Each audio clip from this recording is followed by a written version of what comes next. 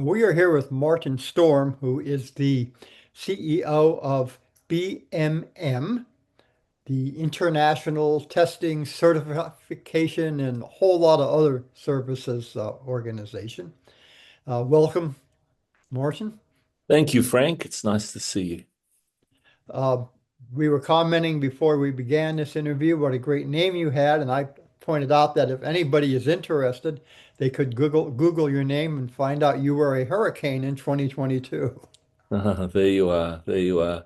I think my daughter once said that we needed to put the lightning back in the box. So that had something to do with storm, I think.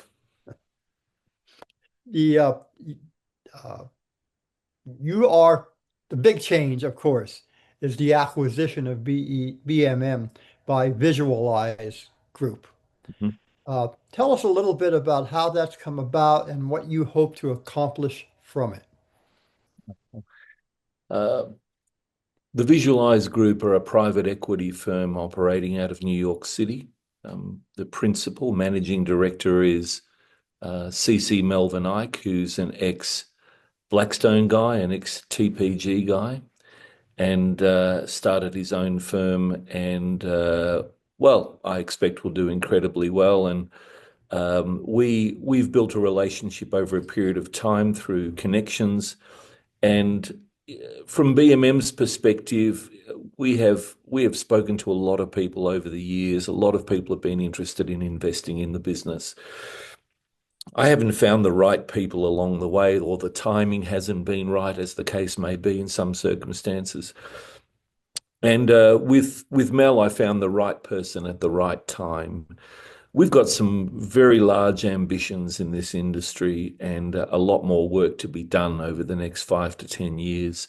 And I wanted to find somebody who would be a great partner for that journey, not somebody who would just give us some money for the business and give me some money as the owner of the business, but somebody who'd be a true, authentic partner in the business, someone who loved the industry, someone who wanted to make a difference in the industry, and someone who was willing to work with us to help grow the business so that we could become a very important part of the industry overall.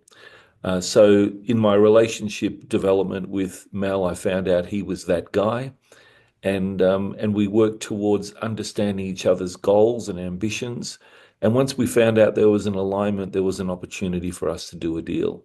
So in April of this year, we signed an agreement that TVG would acquire 60% of the business, and I'd retain 40% as I'm the 100% owner of the business today with my family.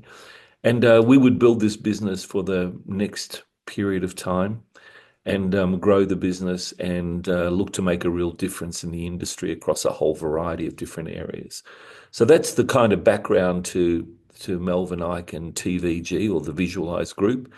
We think they're a tremendous partner, and they give us an opportunity to realize the ambitions we've had for a long time. And we think the timing's right for us now. Can you share with us some of those ambitions or some of the growth initiatives that you see? Yeah, well, we obviously, being a gaming lab, a certification lab, we've been the challenger brand for a long period of time. And in the last 6 months or so, we've kind of completed the most important component of our market access strategy, which was finalizing US market access for Class 3 certification. So we're now in a position to compete with GLI here in North America. We've been able to do that in many other countries, but not necessarily in the US, not for all the business. Now we can compete for all the business. So our intention is to become the biggest gaming lab in the world. Our intention is to win the trust and to win the share of the biggest customers in the world over the next, 3, 4, 5 years. We're doing a pretty good job of it generally across the world. I mean, our financial performance would suggest we are. So that's the first thing. We want to go from being number two to number one in the gaming lab business, and we think we have an opportunity to do that. The second part is there's a lot of different areas of the business in compliance that will grow as the industry grows. So with technology, becoming such a big factor in the industry today. We're moving away from straightforward technology to more interesting technology. We're starting to see new opportunities, new different types of games being put out in the marketplace. Even just simple sports betting being used all around the world is changing the opportunities for how compliance might be considered. So we're looking at all of those areas of the business. We want to see ourselves providing services to the marketplace beyond just testing and certification services. So we're going to look into all of those other areas of the industry that we think are adjacent to or aligned with what we currently do as a compliance business. When you say adjacent to, are you talking about things that might be outside of gaming? No, not outside of gaming, adjacent to compliance within gaming. Uh, when you mentioned GLI in the US as the and now you're prepared to compete with them everywhere in the US. What do you say to a prospective client? What is your um, competitive advantage? Oh, that's the secret sauce, Frank. I can't really tell you that, otherwise I'd have to kill you. Obviously GLI and BMM are competing for customers, and we have been for a long time. We feel like we've been doing that with one hand tied behind our back, and we feel that we're now free to compete openly. So it's not a price thing. We don't our prices are really similar. It's a value thing and it's an approach. It's a way of doing business. And we think we can bring more value to customers. And that's what we're trying to position with them. What is the value proposition? I can't go into that detail, obviously, but you know what I mean. In the end, it's the same for everybody. Every manufacturer is trying to build a game that's more engaging for the patrons, and a company like BMM is trying to provide more value to their customers than its competition. So that's about as far as I can go. The buzzword of today in every industry is artificial intelligence. Mm. What role are you playing in the AI and how are you implementing it, or do you see yourself implementing it in the near future? There's a lot in the question. I mean, you're right. AI is the buzzword. I mean, there's more money going into AI now than any other part of the IT industry worldwide. Trillions of dollars are going to be spent in the next 2 or 3 years to create the infrastructure required to deliver AI globally to everybody. So that's kind of interesting. The industry is very excited by all of that. Um, from our point of view, obviously AI technology allows manufacturers or developers, suppliers to innovate in and around games in particular. Let's start with just slot games that people play.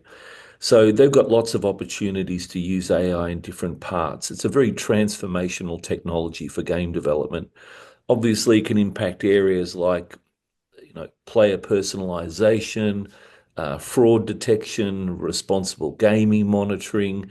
From our point of view as a test lab, it's about trust in gaming. So independent labs like BMM and GLI, we're here to protect that trust. We're here to deliver that trust for the customer and for the regulator and the industry. So we're looking to do our work in the context of that trust. So that is, if you like, compliance and certification. And we're going to do it across, game development. We're going to do it across from a compliance perspective. We're going to try help manage the risks and opportunities that come out of that technology. And it's still very pioneering days, Frank. It's still very early days. To address the second part of your question at some level, we're building systems internally using AI for two reasons. One is that we believe it'll give us a productivity advantage, if you like. And two is that it's a great learning experience for us in terms of what we get out of AI and what does that mean in terms of what we learn from a testing point of view and a certification point of view. So in that context, AI is very important. And I think if I could add a third thing, we're playing a very strong, active leadership role in the new technology committee for the International Gaming Standards Organization. And Travis Foley is the chair of that committee. And that committee is looking at things like AI, crypto, blockchain, and a bunch of other areas that are really directly starting to impact the way systems are being built for gaming. So that's crypto and blockchain, and the way AI might be used to help develop games. And so, in that context, it's a really big part of our future. It's a big part of the industry's future. Obviously, people are going to be able to build games much faster now than they have in the past, which means that there's going to have to be a lot more games tested if people want to take those games to regulated markets. So it's going to put a lot of pressure on the industry, and it's a lot of opportunity for the industry. A lot of opportunity for BMM. The one of the things that I always talk about in terms of uh, AI is, on one hand, there's an appeal, marketing appeal to maximize the value of a player. On the other hand, at what point do you cross the line and you become manipulative of that player because you have all this data about him or her? And one of the things I know you guys have done is you have your very own responsible gaming subsidiary, 24/7G. Tell us about that, please. Right. Well, RG 24/7 was set up to educate and train people in the industry. There are people being employed in casinos, in various operator environments. There are people who are working for manufacturers and suppliers, and then there's the industry like us, which is just sort of around the edges of all of that. And I'm not sure what the exact number is, but there might be 2 million people involved or more involved in the gaming industry today in one role or another. And when they come into it, they need to understand that we have a social responsibility as well as a business responsibility. And the best way to understand all aspects of the industry from a social point of view, that means the player and protecting the player, and a fairness and integrity point of view, that speaks to compliance and certification from a technology point of view and what people are building and using for people to play and enjoy themselves in the gaming industry. All of these areas, anti-money laundering, all these different parts of the industry are really important. And we wanted to provide a platform for educating people, for training people, so that they understood those issues. Because the success of the industry going forward will be determined by our ability to obviously do the job well. People need to build great products. They need to have great environments to play those products, whether it's online or in a property somewhere. But we also need to be responsible for what we do. And AI adds, as you say, AI adds another level of complexity to that, because AI has the capacity to actively encourage more gaming than previously, because AI has the capacity to find ways that attract people, to understand what keywords attract people to gambling. So we have to be responsible about that. It has the ability to find models that may be more attractive and more powerful in sustaining people's gameplay. So we need to be responsible about that. It has the ability to identify audio models that may be more attractive for keeping people at a machine for longer. So there's a lot of different capabilities that AI has that needs to be managed. It needs to be regulated, and through what BMM does, and also through what RG does, because we're going to train people to understand all of these things. We feel we're creating a better industry. We feel we're protecting the patrons, and we feel like we're protecting the industry, because there can be no great industry without protecting the player. They go hand in hand. Without the player, there is no industry.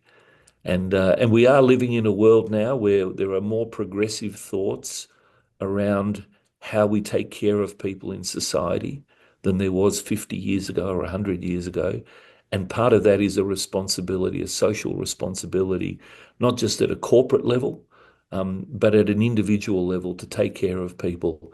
And AI adds another level of complexity to all of that. So whether it's BMM or whether it's RG 24/7, we're dedicated to providing that. In fact, it's in our mission statement and our vision statement. That's what we stand for. We want to improve the performance of the industry through compliance in order to protect the public so they can enjoy gaming going forward. The AI, of course, is technology, and one of the things that we see is technology just continues to accelerate change. Uh, by virtue of your business, you get to see the whole industry and you get to see a lot of these changes emerging. If you were to look into your crystal ball knowing what you know today, what would the gaming industry look like 5 years from now? 5 years may not be long enough for really massive changes. I think in 5 years it'll look very similar to what it looks like today, albeit that you'll be able to get access to, we'll call them games for the purposes of for this discussion. You'll be able to get access to games on all sorts of different technology. You can today, but it'll be more. You'll be able to get it in more places than you could before because regulated markets are constantly expanding. Um, you'll be able to, I think a big trend which we're seeing today is this sort of omni-channel trend, which you're seeing with the major manufacturers where, they want to take a game and put it, they want to put it into to every piece of technology possible. And in the past, we've had a segregation, if you like, between what was traditional land-based games, which were incredibly complex and interesting games, and then to simpler online games, which were delivered, which were built more quickly with simpler, because they're a different delivery mechanism, a simpler game. I think what you're going to find is people combining the two, taking land-based product and making it available in the online world. And that's going to be one of the big differences within 5 years. That will become ubiquitous amongst at least the bigger providers. I think I think the other trend, which is kind of interesting, maybe within 5 years, is there was a time when there was only 500 customers in the gaming industry for companies like GLI and BMM, and now that's 2,000 customers. There's been so many new suppliers and software developers come into the market because the whole online gaming market and the new technology gaming market has taken off. And I think what we're going to see is we're going to see where I live, Frank, in Melbourne, Australia, 3,000 restaurants every year close. And it seems like 3,030 open. And what we're going to see in the gaming industry, I think, is a lot of companies start and they'll either succeed or fail. If they succeed, they'll grow or they'll be acquired by somebody else. And we'll have this aggregation or consolidation continuing. And what we're going to see is tremendous activity in the next 5 years on the supplier side of the industry. We're already seeing another level of consolidation occurring on the land-based side now, but we're going to see more and more of it on the online side. More and more people will come in from underneath, and in the middle and top, there'll be more consolidation, and there'll be an activity level beyond anything we've ever seen in the past because the numbers are so much greater now. Those 500 customers are now, or companies are now 2,000, and in 5 years from now, it might be 3 or 4,000. So we're going to have this much bigger universe of suppliers who see the opportunity to use technology and come into the market. But then they'll have all the same challenges as everybody else. Have they got access to the market through licensure? Um, have they got partnerships? Are they able to sell into those markets? So there's a lot of challenges along the way, but I see that as being more what's going to happen in the next 5 years than just a pure technology play. We'll see more AI, we'll see more crypto, we'll see more blockchain. But that won't be the biggest change in the next 5 years. The biggest change in the next 5 years, I think, will be omnichannel and the supply side of the industry. Great. We're heading into G2E. What should folks see when they come to visit you at G2E? We're doing something different this year, Frank. We've had a booth at the G2E since 2002, and what we're seeing in the industry now is such a tremendous growth in the online side of the business. You know, shows like ICE, which are incredible, which have, 5, 10 years ago were big, but not that big. Now they're just ginormous. And we've just been in Lisbon for the SBC show in Lisbon, Portugal. And we're seeing all these shows springing up on the digital or online side of the industry, which are now huge. I was at a show in Brazil, which was huge. I mean, they're starting to dwarf the land-based side of the industry. So, and I guess that speaks to this new technology accelerator, if you like. So we've had to think about how we invest our money into the industry for these shows. So, we definitely have to make that investment into the online side. And we're committed to 80 shows a year, which is, basically 1.5 shows a week. So we're really thinking about where we put our effort and our investment. This year for the show, we've got 50 people turning up to the G2E show, but we've decided not to have a normal booth. We've decided to do some other things to try to create a bit of interest around what we're doing. And so we've got a party which is going to be well attended. Um, we've also got a small booth at one of the entrances for RG 24/7 and BMM. But rather than a normal booth, what we're doing is we're bringing a lot of people to the show, and we're getting out there and meeting with our customers, and we're entertaining our customers and doing all the sorts of things that a marketing and sales team would do. So we've just taken a different approach this year, but we're excited by it. I can tell you that BMM here in Las Vegas is buzzing with all the attendees who are here for the show next week. The BMM Buzz. The buzz. That could be, you could be in charge of marketing, Frank. Well, I might be available if Laura would hire me. Yeah, Laura. Yeah. He's hired. He's hired. So yeah, we're excited by it. We're just, it's a great show. Um, but to a large extent, a lot of the customers who are there, Frank, we know them so well. We speak to them every day. And it's like, well, what can we do to be a bit different? What can we do to generate some more interest? What can we do that kind of sets us apart? So we've got some plans for this year that are a little bit different. So no booth, Frank, but definitely lots of BMM. Sounds like fun. Anything else you'd like folks to know about BMM, Yeah, Martin? look, just that the company has grown tremendously in the last 12 months since we last spoke.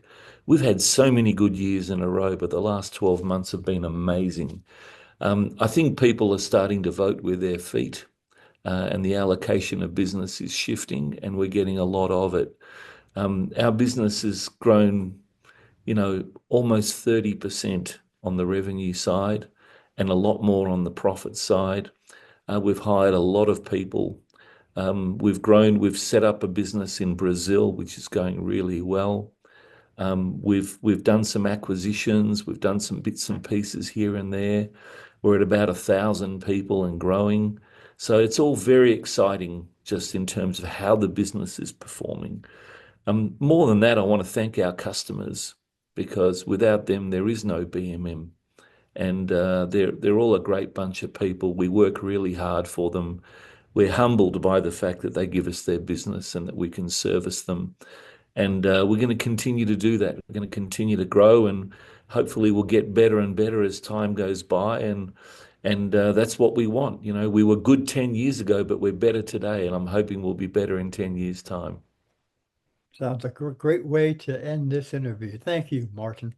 Hey, thanks, Frank. Thank you very much as always, and it's great to see you. You look really well. You as well. Thank you.